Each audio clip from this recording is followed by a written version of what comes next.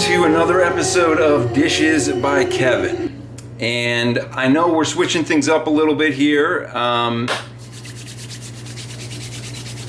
That's okay. I've had allergies all day, so I'm wearing my It's Allergies t-shirt. This is episode 4. And, oh, this ring's got to come off. I mean, if, you know, once the ring comes off, the truth comes out. I'm going to lose that. So I'm going to put that in a special pocket, which is literally the only pocket I have. All right, I'm pretty much out of time. This was going to be a quick one anyway. I'm going to do a couple of dishes. This episode, episode 4, is about overkill. Now, but it's about the dark side of overkill, which is what I would call underkill. Not a lot of people talk about it. They're afraid. They think that even just mentioning underkill is going to summon some kind of demon that will plague their lives forever and get them into some kind of a bad pattern. And that's the other thing that we are going to talk about a little bit. But really, this is a teaser for episode 5, because bad patterns are everywhere, walking among us. They're in our lives. We fear bad patterns, and we succumb to them sometimes. And I think sometimes we invent them. Now, one of the things that I'm trying to do with this episode is really give you guys a look into this world, which is what the actual dishes look like. This is on one of the worst days I've ever had in terms of dishes. This is the accumulation of about 2.5 days worth of dishes, which not a good situation. This is what I would call overkill in terms of not doing the dishes, and underkill in terms of doing the dishes. So as you can see, almost everything in life has a yin-yang to it. Especially dishes. Now, these are Lennox China Stone. It's the first time I've ever shown that to a camera. They're freezer to oven table and microwave safe with blue brush strokes, and I'm pretty sure that they were made in Lennox, Massachusetts, but could very well be some other Lennox.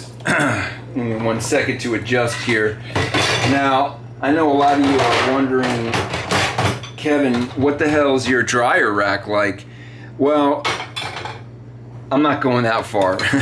Okay, I'm not going to show you guys exactly everything in my personal space, but I am showing you something pretty gross, which some people ask for it.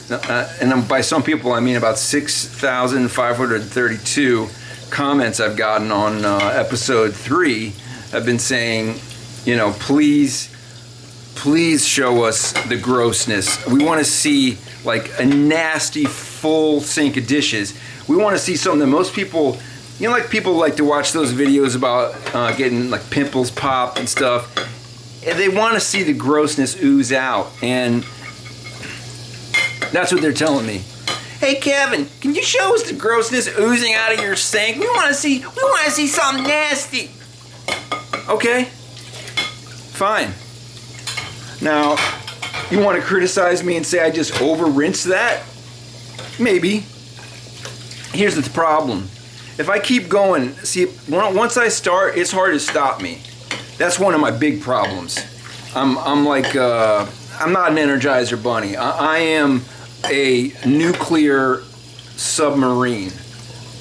And I'm like a shark sleeping at the bottom of the ocean. Like, I stay in motion, right? And then once you wake me up, I will eat you. So I am going to bang out a few plates here, and I guess when it comes to underkill, one of the best things you can do is prioritize. Okay? Now, prioritization it's a modern technique that we use to get out of bad patterns. Understand me? You follow me? You follow me? Hombre, mujer. That was for my Latino audience. I know you guys have been asking for me to do some Spanish call outs. I see you, Vincent. I see you, bro. Thank you for enjoying this video and for sharing it with your family. My own family doesn't follow me on all platforms. They can be very perstickety. I mean, most of them do, but it's kind of a hate follow. But that's okay. I'm not looking for love from every single human being. What I wanted to talk about is you got to prioritize. Who do I need? Like family, great. You know, you don't get to choose them, but you guys, you get to choose me or dischoose me, and that's one of the problems. You know that I have is you get too caught up in what other people think, and you lose perspective on your priorities. Now, this is dangerous. You maybe can't see quite from the angle, but this is a knife sticking up. This is something that I'm going to later blame on my wife. And she's going to say, what the hell, it wasn't me. That's what she says about everything. And then I'm going to say, well, whoever it was, let's make sure that neither of us does that again. So that's a good technique that you guys can use in your own family.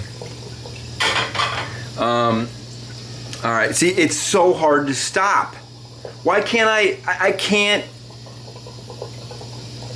can't not stop.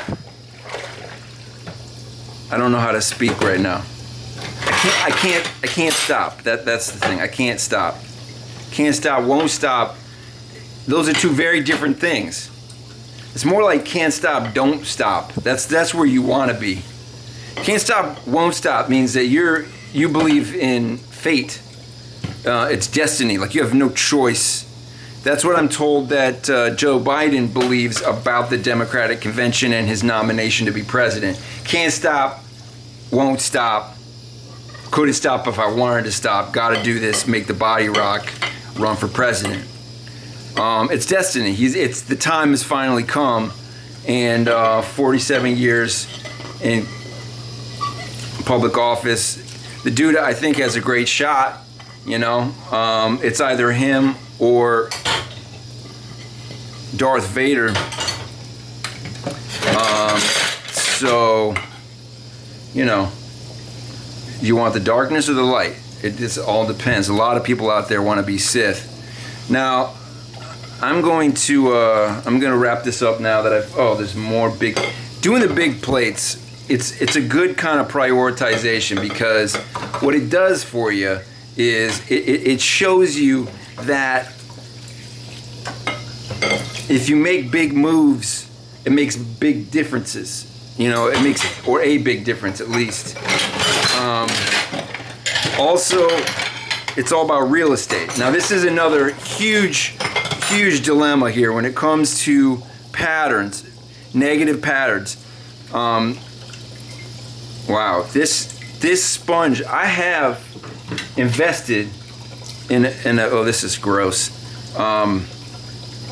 Maybe this is not something to really share, but in this sponge holder, you know, I had the faith in myself. I set aside the budget. This is long before the pandemic, where I said I'm going to pay good money for a sponge holder so that my sponges stop going gross and moldy. But then you got to clean the damn holder out. It gets so disgusting.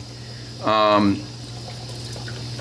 gonna have to hit that with some high-grade chemicals, and then like you stop putting your sponges in the holder, and you're thinking, why the hell did I even pay good money for this?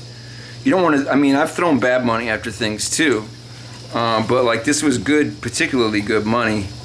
Wish I had saved it in some respects, but it all kind of boils down to I made the investment. My wife did not. She didn't know I put good money into this, so she's not going to throw any energy into it and sees it as just a waste of time. Why would I throw a sponge into a sponge holder when you could literally just throw a sponge anywhere and it doesn't give a damn? It doesn't have human rights.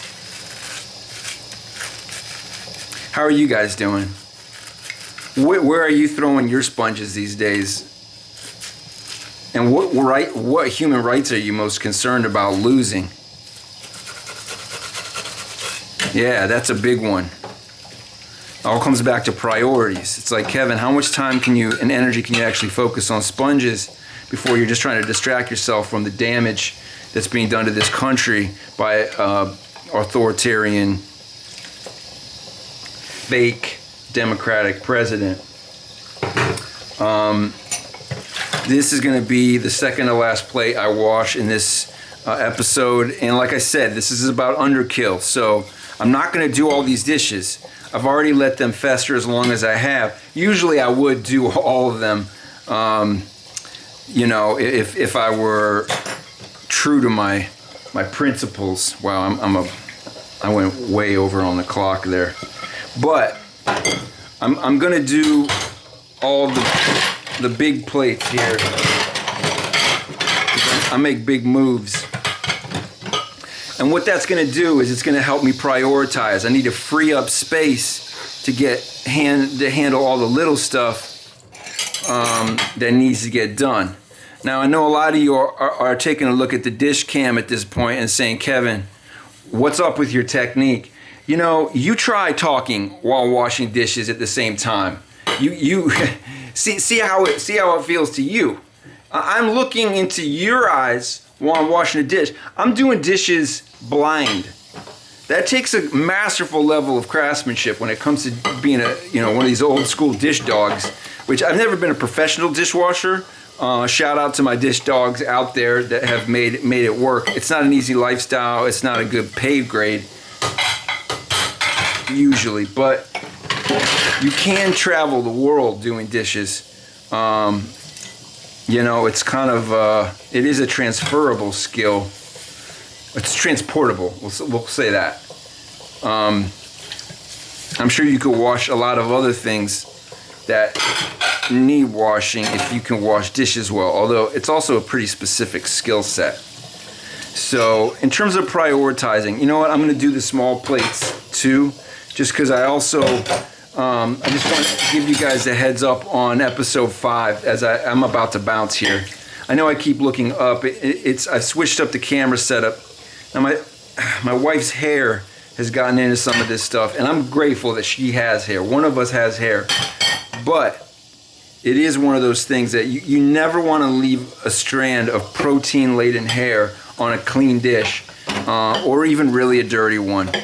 Hair coming close to food and dishes, it don't jive well. It's why people in kitchens usually wear hairnets. I would wear one, but it would have to be so fine to catch my baby hairs that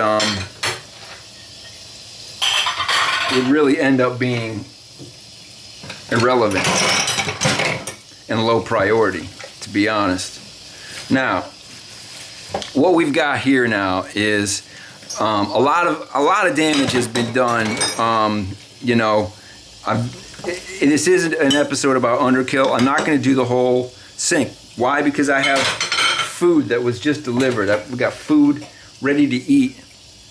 Probably cold now, so I may have messed up my priorities in that way, but we can't all be perfect.